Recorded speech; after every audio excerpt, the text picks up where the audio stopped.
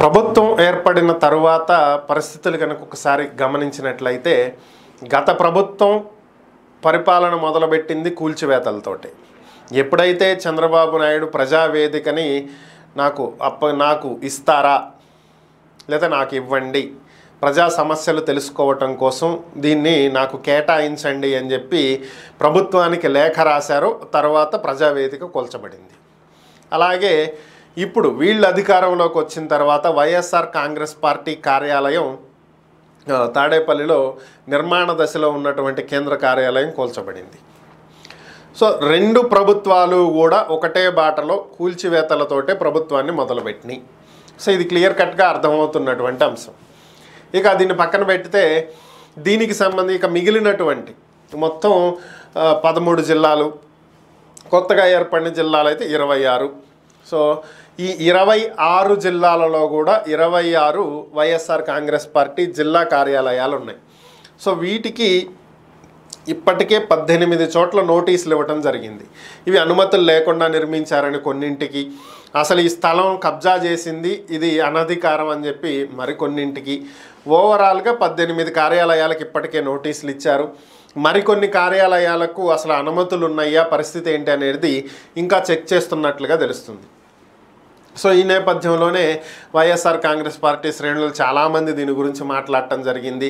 కూల్చివేతలతో మొదలు పెడతారా, మీరు పార్టీ కేంద్ర కార్యాలయాన్ని కూల్చేయటం ఏంటి, ఇది మేము అనుమతులు తీసుకుని కడుతున్నది చివరి దశకు వచ్చింది, పూర్తయిపోవస్తున్నటువంటి సమయంలో మీరు దీన్ని కూల్చేస్తారా అని చెప్పి ప్రశ్నిస్తున్నటువంటి పరిస్థితి. వైసీపీ ఒక స్టెప్ ముందుకు వేసి ఏపీ హైకోర్టులో ఈరోజు లంచ్ మోషన్ పిటిషన్ వేయడం జరిగింది. వైఎస్ఆర్ కాంగ్రెస్ పార్టీ తరపున లేళ్ల అప్పిరెడ్డి గారు బుధవారం ఏపీ హైకోర్టులో లంచ్ మోషన్ పిటిషన్ దాఖలు చేశారు. దీని మీద ఏపీ హైకోర్టు విచారణ చేపట్టింది.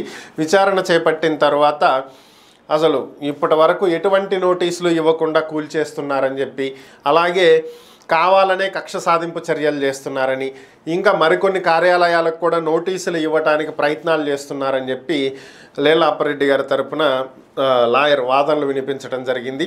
ప్రభుత్వం తరపున వాదనలు వినిపించినటువంటి న్యాయవాది దీనికి సంబంధించి ఇప్పటికిప్పుడు ఏ కార్యాలయాలని కూల్చేసే ఉద్దేశం ప్రభుత్వానికి ఏమాత్రం లేదని, ప్రస్తుతానికి ఏవైతే నిబంధనలకు విరుద్ధంగా ఉన్నాయో వాటికి మాత్రం నోటీసులు ఇచ్చి సమాధానం అడుగుతున్నారని, వారం రోజుల్లోగా ఈ నోటీస్ అందుకున్న వారం రోజుల్లోగా దీనికి వివరణ ఇవ్వాలని కోరుతున్నారని, అంతకు మించి ప్రస్తుతం ఏమీ చెయ్యట్లేదని, అలాగే ఇంకా మరిన్ని వివరాలు నేను ప్రభుత్వం నుంచి తెలుసుకున్న తర్వాత కోర్టుకి నివేదిస్తానని చెప్పి ఆయన సమయం కోరినటువంటి నేపథ్యంలో దీనికి సంబంధించి నెక్స్ట్ హియరింగ్ తర్వాత దీని మీద వాదనలు రేపు వింటామని చెప్పి ఏపీ హైకోర్టు రేపటికి వాయిదా వేసింది.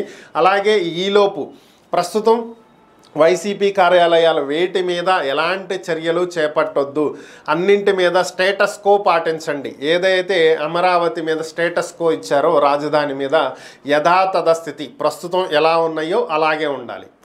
కట్టకూడదు, కూల్చకూడదు, ఏమీ చేయకూడదు, యాజ్ ఇట్ ఈజ్ అలా వదిలేయాలి. దాన్నే స్టేటస్ కో అంటారు. సో అది చేపట్టండి అని చెప్పి ఆదేశాలు ఇచ్చింది. మరి ఈ కేసు రేపటికి వాయిదా వేసింది. మరి రేపు ఏం వాదనలు జరుగుతాయి, కోర్టు ఏం నిర్ణయం తీసుకుంటుందనే చూడాలి.